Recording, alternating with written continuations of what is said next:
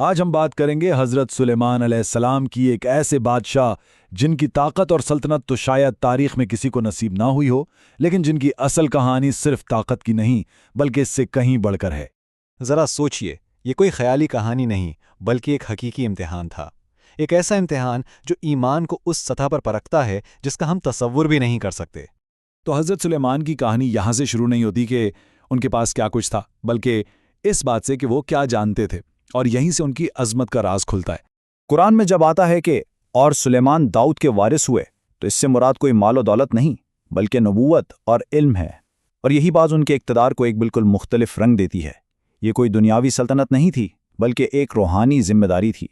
اور اسی بات کو اللہ کے رسول صلی اللہ علیہ وآلہ وسلم کی یہ حدیث مزید واضح کر دیتی ہے کہ انبیاء کی وراثت دنیاوی بادشاہوں جیسی نہیں ہوتی، ان کی اصل میراث علم اور حکمت ہی ہوتی ہے۔ تو حضرت سلیمان کے لیے علم کا مطلب کیا تھا؟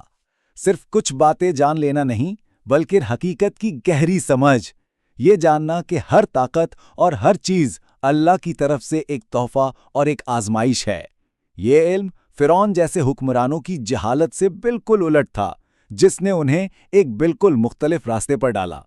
تو چلیے اب دیکھتے ہیں کہ حضرت سلیمان کو جو سلطنت عطا ہوئی تھی وہ کیسی تھی، اور ہر معجزے کے ساتھ یہ سوال بھی اٹھتا ہے کہ اتنی طاقت کو عاجزی کے ساتھ سنبھالنے کا امتحان انہوں نے کیسے پاس کیا۔ ان کی بادشاہت میں کیا کچھ شامل نہیں تھا؟ انسان، جنات، پرندے، جانور اور یہاں تک کہ ہوا بھی ان کے حکم کے تابع تھی۔ ان کی فوجیں اتنی منظم تھیں کہ ہر مخلوق اپنی جگہ جانتی تھی۔ یہ چونٹی والا مشہور واقعہ تو سب نے سنا ہوگا۔ اس میں جو بات واقعی حیران کن ہے وہ یہ ہے کہ ایک چھوٹی سی مخلوق بھی بادشاہ کی طاقت کو جانتی تھی، اور اس سے بھی بڑھ کر بادشاہ اس چھوٹی سی مخلوق کی بات کو سن اور سمجھ سکتا تھا۔ یہ ان کی سلطنت کی وسعت اور رحمت دونوں کو ظاہر کرتا ہے۔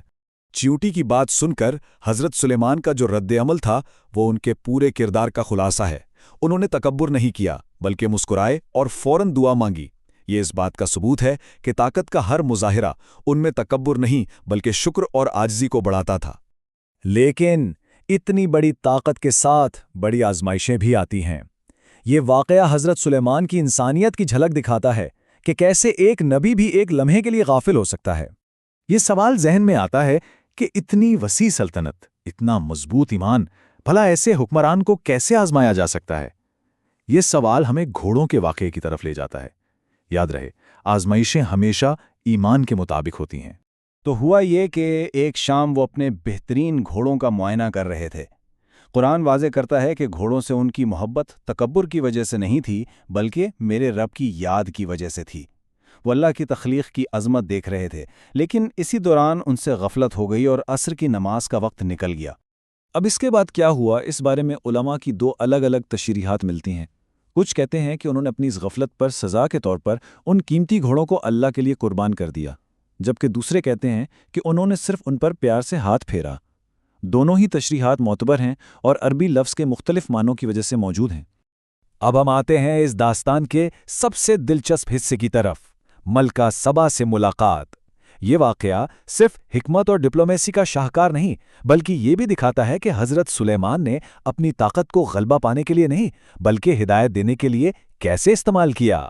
ساری کہانی شروع ہوتی ہے ہدہد نامی پرندے سے جو ایک خبر لاتا ہے۔ اس کے بعد حضرت سلیمان ملکہ کو ایک بہت سیدھا اور طاقتور خط بھیجتے ہیں۔ یہ کوئی جنگ کی دھمکی نہیں تھی بلکہ توحید کی ایک واضح دعوت تھی۔ ملکہ نے پہلے انہیں آزمانے کی کوشش کی۔ کیسے؟ دنیاوی دولت یعنی قیمتی تحفے بھیج کر، لیکن حضرت سلیمان نے انہیں فوراً مسترد کر دیا، یہ واضح کرتے ہوئے کہ ان کا مقصد مال و دولت نہیں بلکہ صرف ایک اللہ کا پیغام پہنچانا ہے۔ جب ملکہ ان سے ملنے کے لیے سفر پہ نکلیں تو حضرت سلیمان نے ایک ایسا معجزہ دکھایا جس کی کوئی مثال نہیں ملتی۔ اس کا مقصد ملکہ کو ڈرانا نہیں تھا بلکہ اسے یہ دکھانا تھا کہ اللہ کی قدرت کتنی لامحدود ہے۔ اتنا بڑا معجزہ، اور اس پر بھی ان کا پہلا رد عمل کیا تھا؟ فخر نہیں بلکہ شکر۔ انہوں نے فوراً اس طاقت کو اپنے رب سے منسوب کیا اور اسے اپنی شکر گزاری کے لیے ایک اور آزمائش سمجھا۔ اور کہانی کا اختتام ملکہ کی آمد پر ہوتا ہے۔ شیشے کے محل میں اس کی آخری آزمائش ہوتی ہے اور وہ سمجھ جاتی ہے کہ ظاہری چیزوں کی عبادت کرنا کتنی بڑی غلطی ہے، اور وہیں وہ اللہ کے سامنے سر تسلیم خم کر لیتی ہے۔ اور اب ہم چلتے ہیں کہانی کے آخری اور شاید سب سے گہرے سبق کی طرف، یعنی ان کی وفات کا واقعہ جو عاجزی اور مخلوق کی محدودیت کا حتمی سبق ہے۔ ان کی وفات بھی ان کی زندگی کی طرح غیر معمولی تھی۔ اللہ نے ان کی دعا قبول کی اور ان کی وفات اس حال میں ہوئی کہ وہ اپنی لاٹھی پر ٹیک لگائے کھڑے تھے اور کسی کو خبر تک نہ ہوئی۔ اور یہاں ملتا ہے آخری اور سب سے بڑا سبق۔ جب ایک دیمک نے ان کی لاٹھی کو کھا لیا تبھی ان کا جسم گرا۔ اس ایک واقعے نے فیصلہ کن طور پر سب پر یہ ثابت کر دیا کہ جنات جیسی طاقتور مخلوق بھی غیب کا علم نہیں رکھتی۔ یہ حتمی سبق تھا کہ اصل علم اور طاقت صرف اور صرف اللہ کے پاس ہے۔